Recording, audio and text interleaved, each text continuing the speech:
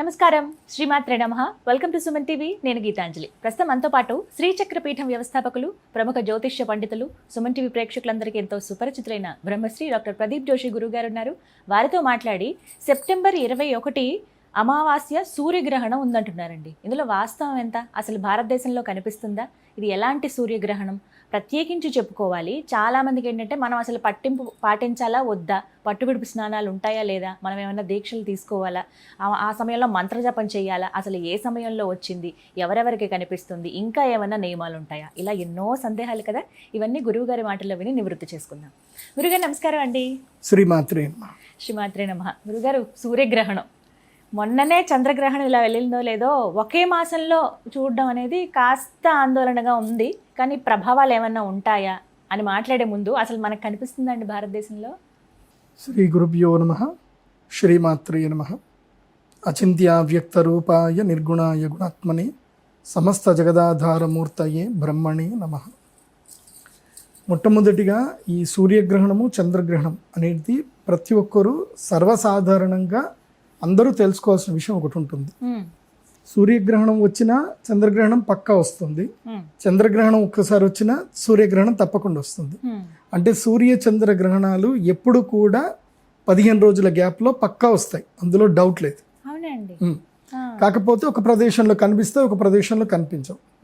ఎందుకోసం అంటే మొట్టమొదటిగా మనం ఈ లాజిక్ తెలుసుకోవాలి. సూర్యగ్రహణం అంటే ఏంటంటే భూమికి సూర్యుడికి మధ్యన చంద్రుడు అడ్డం వస్తాడు. అప్పుడు ఏమవుతుంది అంటే మనకి సూర్యుడు కనబడాడు, కాబట్టి అది సూర్యగ్రహణం. ఎందుకోసం అంటే చంద్రుడు భూవాసులకి సూర్యుడికి అడ్డంగా కనిపిస్తాడు కాబట్టి అది సూర్యగ్రహణం.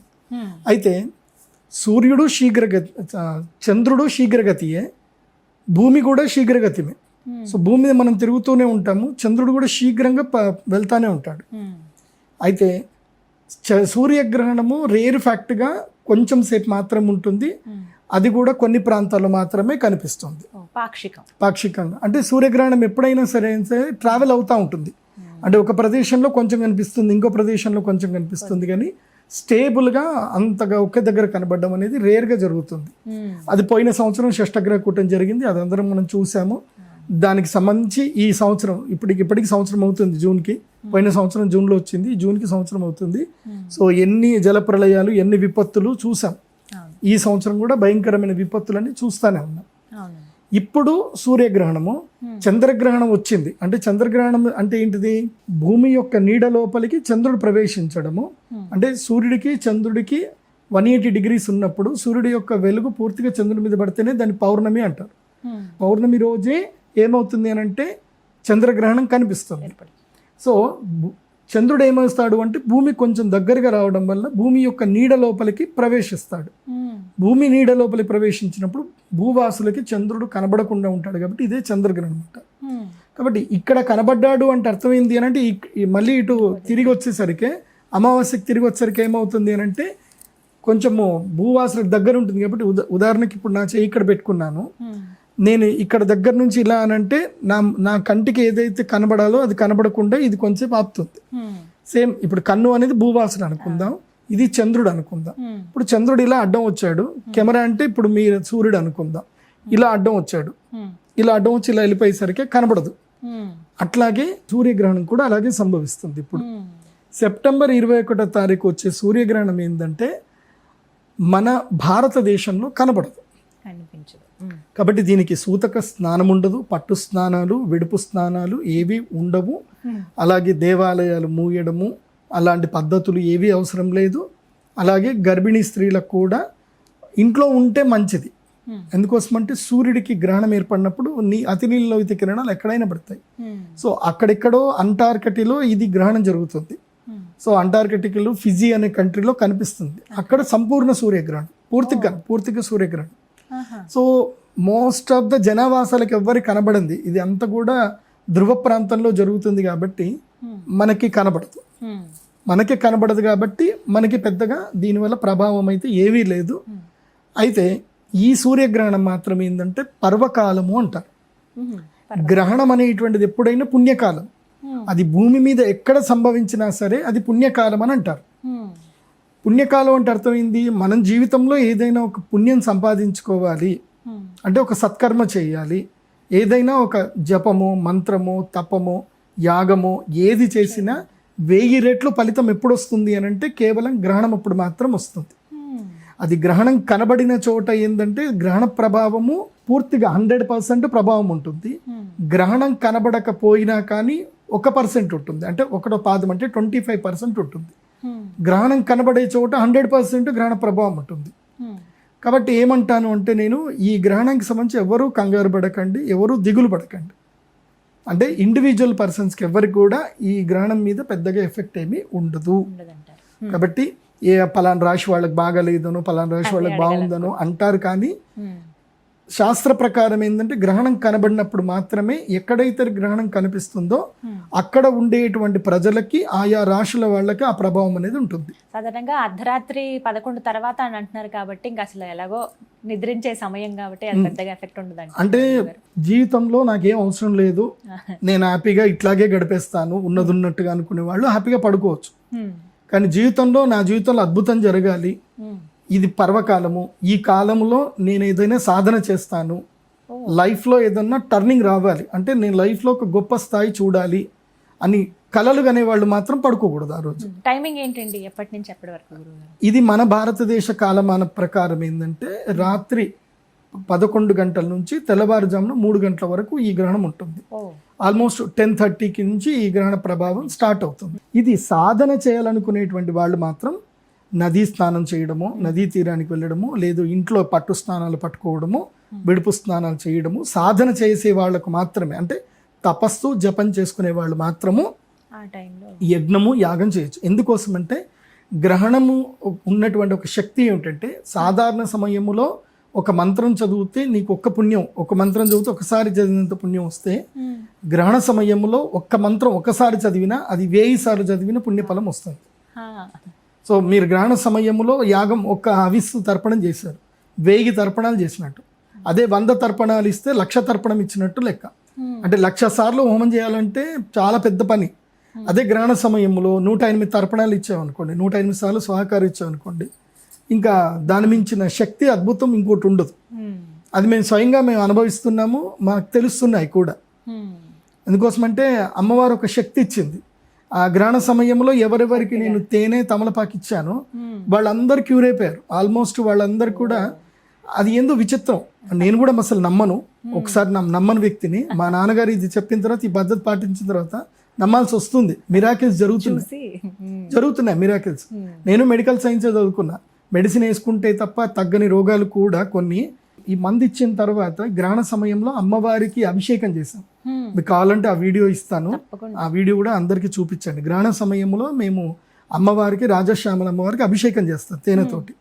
ఆ గ్రహణ పర్వకాలలో అభిషేకం చేసిన తేనె తమలపాకు ఇస్తాను. ఆ తేనె తమలపాకు లవంగం ప్రసాదంగా ఇస్తాం. అది ఏంటో కానీ అది తీసుకున్న ప్రతి ఒక్కళ్ళకి అద్భుతం అయిపోతాయి. మాటలు రాని పిల్లవాడికి కూడా మాటలు రావడం స్టార్ట్ అయింది. ఆ పిల్లవాడికి మాటలు లేవు కానీ మాటలు రావడం స్టార్ట్ అయిపోయింది. పిల్లవాడు మాట్లాడుతున్నాడు, మిరాకిలే. ఇప్పుడు మొన్న ఒకళ్ళు వచ్చారు నా దగ్గరికి, ఆ పిల్లలు అంగవైకల్యంతో, వాళ్ళ పిల్లలు పుట్టిన తర్వాత వైకల్యం వచ్చింది వాళ్ళకి, కాళ్ళు చేతులు సరిగ్గా ఆడవు. సో నేను స్పర్శ చేసి చెప్పాను, మీ పిల్లలకి తప్పకుండా వస్తాయి అని చెప్పేసానంటే నేను ఒక డాక్టర్ రిఫర్ చేశాను. వాళ్ళకి అప్పటిదాకా ఏ డాక్టర్ కూడా నో అని చెప్పిన తర్వాత, నేను చెప్పి పంపించిన తర్వాత రిపోర్ట్లు ఏం చెప్పారంటే, మీ ఆ పాపకి సర్జరీ చేస్తే తప్పకుండా మీ పాప నడుస్తుంది, డౌట్ లేదు అని క్లియర్గా చెప్పారు. నాకు పూర్తి నమ్మకం ఉంది, ఇంకొక సంవత్సరం లోపల ఆ పాప నడుస్తుంది కూడా. అట్లానే ఇంకొకటి కూడా, ఒక కేసు కూడా వచ్చింది. వాళ్ళు ఎంతో మంది న్యూరాలజిస్ట్ చూపించుకున్నారు, కింద కాలు పెట్టలేదు అమ్మాయి. కింద కాలు పెడితే నరాలు జిమ్ అంటే ఆమెకు షాక్ ఇచ్చినట్టు అవుతుంది. మొత్తం కూడా కాళ్ళ మంటలు 24/7. ఆ పాపకి ఫ్యాన్ పెట్టే ఉంచాలి. ఒంటి మీద బట్టలు వేసినా సరే మా పాపకి ఇది కాదు. ఎంత 12 ఏళ్ళ పాప, ఆమె చిన్న పాప. ఎంత నరకం అంటే వాళ్ళు ఎంతో బాధపడి నా దగ్గరికి వచ్చారు. వస్తే సరే అని వాళ్ళకి సొల్యూషన్ చెప్పాను.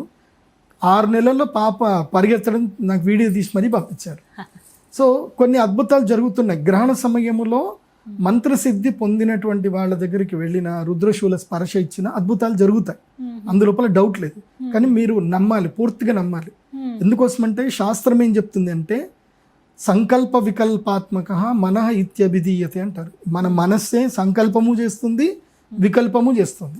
మన మనస్సులో మనం రాజమహల్లో ఉన్నట్టు ఊహించుకోవచ్చు, మన మనస్సులో మనం ఎక్కడో కింద పడిపోతున్నట్టు కూడా ఊహించుకోవచ్చు. అవును. మనస్సుకి ఏదన్నా సరే సాధ్యం.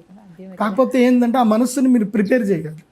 ఈ గ్రహణ సమయంలో ఆ మనస్ సంకల్పానికి అమ్మవారికి మీరు ఆ మనస్సుని కనుక సమర్పణ చేసి అనుష్ఠానం చేసుకోగలిగితే గ్రహణం అనేది లక్ టైం. అది కనబడుతుందా కనబడదా మనకు అనవసరం. ఎలాంటి మంత్రం జపించాలండి? ఖచ్చితంగా గురుముఖంగా తీసుకోవాలా మంత్రం? గురుముఖంగా తీసుకోవాలి. ఇప్పుడు నా దగ్గరికి వచ్చారు మొన్న, వచ్చిన వాళ్ళందరికీ త్రక్షరి మంత్రం ఇచ్చాను. గురువు ఎలాంటి మంత్ర ఉపదేశం చేయాలంటే ఆ మంత్రం వల్ల వాళ్ళకి తెలిసి తెలియక వాళ్ళకు అనుకున్నా కానీ వాళ్ళకి నష్టం కలుగుతుంది. ఆ మంత్రం ఎలా ఉండాలంటే పూలబంతిలాగా ఉండాలి. ఇప్పుడు పూలబంతితో గట్టిగా విసిరినా పెద్దగా దెబ్బ తాకదు అన్నట్టుగా ఉండాలి. సో అలాంటి మంత్రమే ఇవ్వాలి తప్ప వేరే మంత్రాలు ఇచ్చుకోవచ్చు. కాకపోతే తగు జాగ్రత్తలు చెప్పి మనస్సుని ఎలా నియంత్రణ, ఎందుకోసమంటే ఈ గ్రహణ మంత్రం ఎలా అంటే గ్రహణ సమయంలో మంత్రసిద్ధి అవుతుంది కదా, అది ఎలా ఉంటుంది అని అంటే ఇంకా నువ్వు మనసులో ఏదనుకుంటే జరిగిపోతుంది. మరి నువ్వు మనసులో ఏదైనా నెగిటివ్ అనుకున్నావు అనుకోండి, అది కూడా కష్టమే కదా. కాబట్టి అలాంటి మంత్రాలు ఇవ్వకూడదు. అలాంటి మంత్రాలు తీసుకునేటప్పుడు వాళ్ళకి ఒక 3-4 నెలల నుంచి గురువు వాళ్ళని పరీక్ష చేసి వాళ్ళకి సాధనా క్రమంలో ఉంచి మనస్సుని ఎలా అదుపులో పెట్టుకోవాలి, నెగిటివ్ థింకింగ్ ఎలా చేయకూడదని ట్రైన్ చేసి ఆ తర్వాత మంత్రోపదేశం చేయాలి. అందుకే నేను మంత్రోపదేశం చేసేటప్పుడు ఒక 2-5 నిమిషాలు ఉపోద్ఘాతం కొన్ని చెప్తాను, కొన్ని రూల్స్ చెప్తాను. డోంట్ హేట్ ఎనీవన్, ఎవరిని హేట్ చేయకండి. తర్వాత ఇంట్లో కూడా నిన్ను చంపేస్తారా, నీకు నరికి పోగులు పెడతాను, ఇలాంటి కొన్ని మామూలుగా మన తెలుగులో సాధారణంగా అంటాం. సో అలాంటి మాటలు అనకూడదు. ఆ ఊరికే కూడా అనకూడదు. ఎందుకోసం అంటే మంత్రసిద్ధి నాలుక మీద పొందిన తర్వాత అది అగ్నిలాగా, నువ్వు ప్రేమగా అయినా సరే సురుకు పెట్టిన మనసులో నీకు ప్రేమ ఉంది, మంచి వేడిగా కాల్చినటువంటి సలాక తీసుకెళ్ళి నువ్వు ప్రేమతో ముట్టినా కాలుతుంది, కోపంతో ముట్టినా కాలుతుంది. కాబట్టి మంత్ర సాధన చేసేటప్పుడు మనస్సును నియంత్రణలో పెట్టుకున్న తర్వాత మంత్ర సాధన చేయాలి. అలా మంత్ర సాధన చేస్తే ఈ గ్రహణం చాలా అద్భుతమైన సమయం. అందుకే మా శ్రీచక్ర పీఠంలో ఈ గ్రహణ సమయంలో ఈసారి మేము స్పెసిఫిక్గా నేను ఏం చేస్తున్నానంటే, ఇది ఉత్తరా ఫల్గుణ నక్షత్రంలో వస్తుంది. ఇది ఈ గ్రహణం సూర్యుడి యొక్క నక్షత్రంలోనే వస్తుంది. సూర్యుడి నక్షత్రంలో గ్రహణం సంభవించేటప్పుడు ఏంటంటే ఇది కొంతమందికి మాత్రమే బెనిఫిటెడ్ ఉంటుంది. ఉత్తరా ఫల్గుణ నక్షత్రం సూర్యుడి నక్షత్రమే, అధిష్టాన దేవత సూర్యుడే. తన నక్షత్రంలోనే గ్రహణం జరుగుతుంది. కాబట్టి ఎవరైతే ఈ గ్రహణ సమయంలో సూర్యుడికి గాయత్రి మంత్రంతో హవిస్సు నివేదన చేస్తారో వాళ్ళకి రాజయోగ సిద్ధి కలుగుతుంది. సో ఎవరెవరు ఈ గ్రహణ సమయంలో రావాలంటే, ఒకటి ఆత్మజ్ఞానం కావాలి, మోక్షం రావాలి అనుకునేటువంటి వాళ్ళు. అంటే కొంతమందికి వయసు అయిపోతుంది, వాళ్ళకి ఏం చేయాలో అర్థం కాదు, జీవితం అంతా చూసుకుంటే పిల్లల కోసం చేసిందే కనిపిస్తుంది తప్ప వాళ్ళ కోసం వాళ్ళు చేసుకున్నది ఏది కనిపించదు. తీరా చూస్తే పిల్లలు ఏమైనా ప్రేమగా ఉన్నారు అంటే వాళ్ళు కూడా ప్రేమగా ఏమి ఉండరు, ఏదో ఫోన్లు చేసి మాట్లాడతారు, తిన్నావా, ఇంకేం సర్లే పడుకో అనే రకంగానే ఉంటారు. సో అది వాస్తవం. మారుతి ఎవరో డైరెక్టర్ చూపించాడు పండుగ చేసుకో సినిమాలో, కరెక్ట్గా చూపించాడు. అంతే, పిల్లలందరూ అంతే ఉంటారు. ప్రేమ ఉన్నా వాళ్ళు ఏం చేయలేరు. ఎందుకోసం అంటే వాళ్ళ పిల్లలు వాళ్ళ సంసారాలు చేసుకోవాలి కాబట్టి అంతే ఉంటారు ఇంకా. సో అలాంటి తల్లిదండ్రులకి, అలాంటి పెద్దవాళ్ళకి ఈ గ్రహణం సాధనం. ఎందుకోసమంటే ఇది మహాలయ అమావాస్య. మీ జీవితంలో ఎన్ని పాపాలు చేసినా, అంటే తెలిసి తెలియక చేసిన పాపాలు ఏమి ఉన్నా కర్మ అయితే అనుభవించాల్సింది. కాకపోతే అమ్మవారి సన్నిధానంలో ఈ గ్రహణ సమయంలో అనుష్ఠానం చేసుకుంటే వాళ్ళకి సూర్యలోకంలో ఆతిథ్యం వస్తుంది భవిష్యత్తులో. ఎందుకోసం అంటే చనిపోయినటువంటి వాళ్ళు 3 లోకాలకు వాళ్ళు వెళ్ళాల్సింది ఉంటుంది. తండ్రి, తాత, ముత్తాత, ముగ్గురు ఉంటారు. సో తండ్రి ఇమీడియట్లీ చంద్రలోకానికి వెళ్తాడు, తాత సూర్యలోకంలో ఉంటాడు, ముత్తాత బ్రహ్మలోకంలో అంటే ఊర్ధ్వలోకంలో ఉంటారు. సో ఈ 3 లోకంలో ఉన్నటువంటి వాళ్ళకి మోక్షసిద్ధి కలగాలి అన్నప్పుడు ఏంటంటే ఈ మంత్రోపదేశము ఇప్పుడు ఇక్కడ కనుక మీరు మంత్రం చేసుకుంటే రేపు భవిష్యత్తులో మీ పిల్లలు మీకు శ్రాద్ధం చేసినా చేయకపోయినా గ్రహణ సమయంలో సూర్యుడి గనక సరిగ్గా తర్పణాలు వదిలి సూర్యమంత్రముతో గనక అనుష్ఠానం చేసుకుంటే అరుణం అని ఒకటి ఉంటుంది అనమాట, అరుణ ప్రశ్న ఉంటుంది. దానితో సూర్యుడికి సరిగ్గా హవిస్సు నివేదన చేసుకుంటే మరణం తర్వాత కూడా వాళ్ళకి సూర్యలోక ప్రాప్తి కలుగుతుంది. సూర్యలోకంలో వాళ్ళకి ఆతిథ్యం దొరుకుతుంది. ఇక్కడ వాళ్ళ పేరు మీద దానం చేసినా చేయకపోయినా ఏది జరిగినా, అంటే ఇప్పుడు శ్రాద్ధం చాలామంది మనస్ఫూర్తి కూడా చెయ్యరు, ఏదో ఇక సర్లే మాకేం ఆస్తి రాసి పెట్టలేదు, ఏం చేయలేదు, ఇట్లా అంటే మనస్సు వికారంతో ఉంటుందన్నమాట. ఎప్పుడు కూడా మంచి పని చేయడానికి మనస్సుకి ఎప్పుడు కూడా చైతన్యం అనేది దోహదపడదు. తల్లిదండ్రులను ద్వేషిస్తారు, చనిపోయిన వాళ్ళని తిట్టుకుంటారు. మా తాత ఆ పొలం అమ్మేసిండు, గచ్చిబౌల్లో మాకు 4 ఎకరాల పొలం ఉండే, మా తాత 90sలో అమ్మేసిండు, అప్పుడు అమ్మకపోతే ఇవాళ మేము కోటీశ్వరులం అవుతుంటుంది, ఇలా చెప్పుకుంటారు. ఆ తాతల్ని తిట్టుకుంటారు కూడా. అలాంటివి చేయకూడదు. కాకపోతే ఏంటంటే ఎవరు ఏదైనా సరే నీ ఆత్మోద్ధారానికి నీకు ఈ గ్రహణం ఉపయోగపడుతుంది.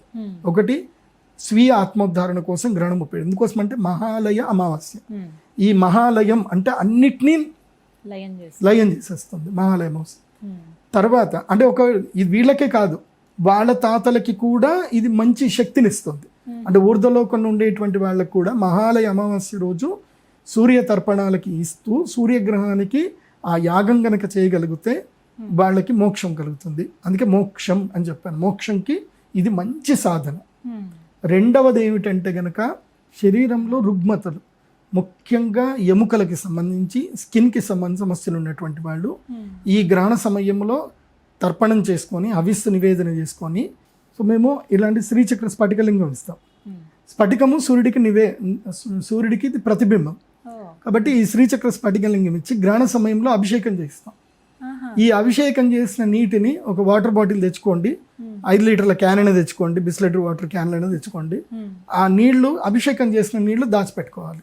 గ్రహణ సమయంలో అభిషేకం చేసిన నీళ్లు దాచిపెట్టుకోవాలి. రోజు తీర్థంలాగా తీసుకున్నారనుకోండి, శరీరంలో రుగ్మతలు మెల్లిమెల్లిగా తగ్గిపోతూ ఉంటాయి. అస్థిగత రోగాలు, ఇప్పుడు పూర్వజన్మ కృతం కర్మ పాపకర్మ వ్యాధి రూపేణ పీడ్యతే. అంటే పూర్వజన్మలు చేసినటువంటి పాపకర్మలు ఏమైనా ఉంటే కనుక పాపకర్మలు వ్యాధి రూపంలో పీడిస్తాయి. అదే గ్రహణ సమయంలో శ్రీచక్ర స్ఫటికలింగానికి పూజ చేసుకొని ఆ తీర్థాన్ని కంటిన్యూగా తీసుకున్నట్లయితే వ్యాధులు క్రమేపీ తగ్గుతాయి. అది కాకుండా నేను కొన్ని ఆయుర్వేద ఔషధాలు కూడా చెప్తాను. దీనికి కంబైన్డ్గా కాంబినేషన్గా ఆయుర్వేదం కనుక తీసుకుంటే ఇటు పుణ్యము అటు పురుషార్థం రెండు కలిసి అక్కడనే మా అమ్మవారి టెంపుల్లోనే చేస్తాం, పీఠంలోనే చేస్తాం. సమయానికి రావాల్సి ఉంటుందా? తప్పకుండా రావాలి. రాత్రి పూట గ్రహణం అంటే టెంపుల్ క్లోజ్ చేస్తారు కదా దేవాలయం. ఇప్పుడు గ్రహణము మేము టెంపుల్ క్లోజ్ చేసినా బయట పూజ చేస్తాం కదా. ఇప్పుడు చంద్రగ్రహణం వచ్చింది, అమ్మవారి దేవస్థానం మూసేసాము, కానీ మేము దేవస్థానము ఏదైతే ప్రాంగణంలో చేయిస్తాం. ఇప్పుడు గ్రహణం ఇప్పుడు లేదు, మనకి పర్వకాలం మాత్రమే, గ్రహణ నియమాలు లేవు, ఆలయం మూయడం లేదు. అక్కడికి వచ్చి చక్కగా ఇది ఇస్తాం, దీనికి పూజ చేసుకోవాలి. శ్రీచక్రం పైన శ్రీచక్రం ఉంటుంది, కింద లింగం ఉంటుంది. సో శ్రీచక్ర స్ఫటికలింగాన్ని పూజ చేసుకోవాలి.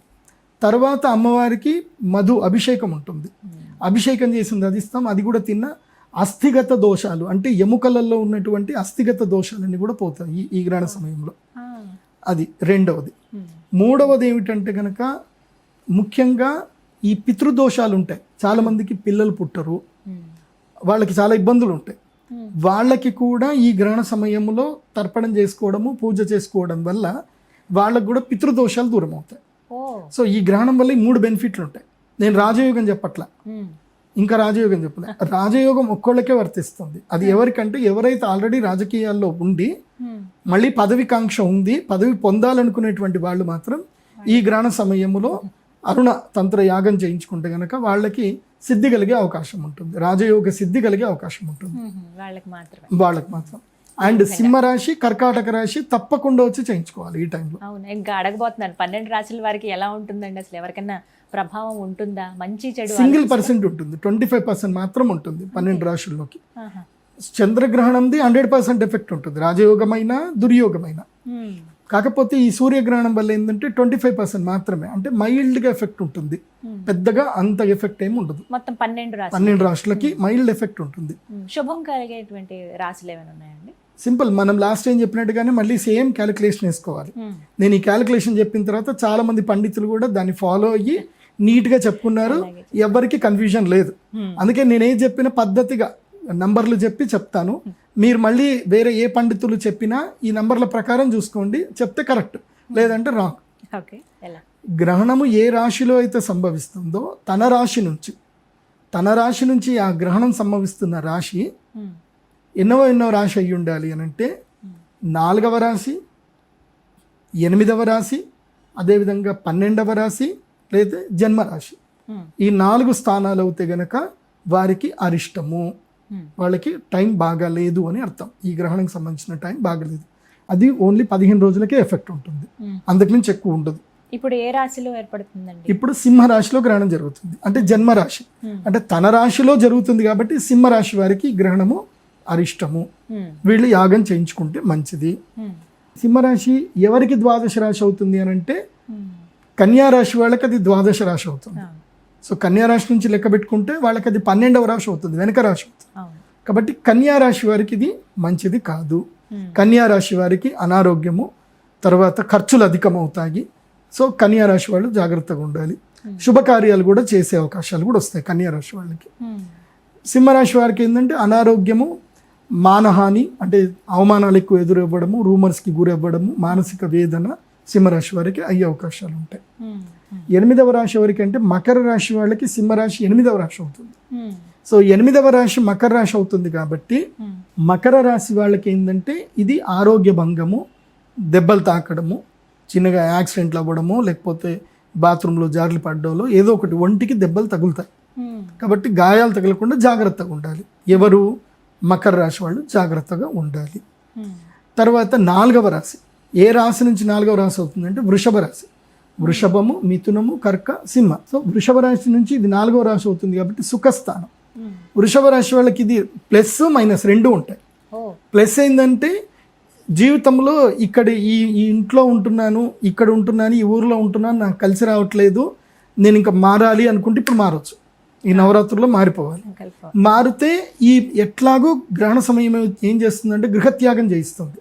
అంటే గృహత్యాగము, గృహ రుణము, మాతృ వియోగము, లేదంటే మాతృకి ఆరోగ్య నష్టము, లేదంటే వాహనాలు కోల్పోవడం, ఇవన్నీ కూడా జరుగుతాయి. సో ఇది వెహికల్ అమ్ముకోవాలన్నా అమ్ముకోవచ్చు, ఇల్లు అమ్ముకోవాలన్నా అమ్ముకోవచ్చు. సో ఏమైనా తెగదెంపులు చేసుకోవాలన్నా తెగదెంపులు చేసుకోవచ్చు. ఈ కలికాలం కదా, అది అంతే. కాబట్టి ఇల్లు మారాలి అన్నా, ఊరు మారాలి అన్నా వృషభ రాశి వాళ్ళకి ఇది మంచి టైం. ఎందుకోసం అంటే వృషభ రాశి వాళ్ళకి ఇప్పుడు ద్వితీయ స్థానంలో ఎవరు గురుగ్రహం ఉన్నాడు కాబట్టి వీళ్ళకి రాజయోగం ఉంటుంది. కానీ రాజయోగం ఉన్నా కానీ ఏం రాజయోగం, గురుగారు చెప్తున్నారు వృషభ రాశికి ఏం పెద్ద తేడా ఏం కనిపిస్తలేదు అని అంటారు. నేనేం చెప్తా అంటే స్థాన మార్పు చేయాలి. ఇప్పుడు మొన్న ఏం జరిగింది, ఒక క్లయింట్ వచ్చాను నా దగ్గరికి. ఇది చిక్బళ్ళాపూర్ అని ఇది ఉంటుంది మనకి బెంగళూరు దగ్గర. అక్కడ నుంచి ఒక పిల్లాడు వచ్చాడు. ఆ పిల్లాడు ఏంటంటే ఒక రియల్ ఎస్టేట్ కంపెనీలో ఇదేంది వెంచర్లు వేయడము, ఇంజనీర్గా పనిచేస్తాడనమాట. అతనికి శాలరీ వచ్చేసి 70,000 శాలరీ. నేనేం చెప్పాను, సింహరాశి మీకు నచ్చకపోతే సింహరాశి వాళ్ళు ఈ సంవత్సరము ఉద్యోగం మానేయండి అని చెప్పా. మనం డిస్కస్ చేసేటప్పుడు రాశి ఫలాలు. ఆ పిల్లాడు మాత్రం నన్ను సీరియస్గా ఫాలో అవుతాడు. గట్టిగా ఫాలో అయిపోయి ద నెక్స్ట్ డే పోయి రిజిగ్నేషన్ ఇచ్చేసాడు.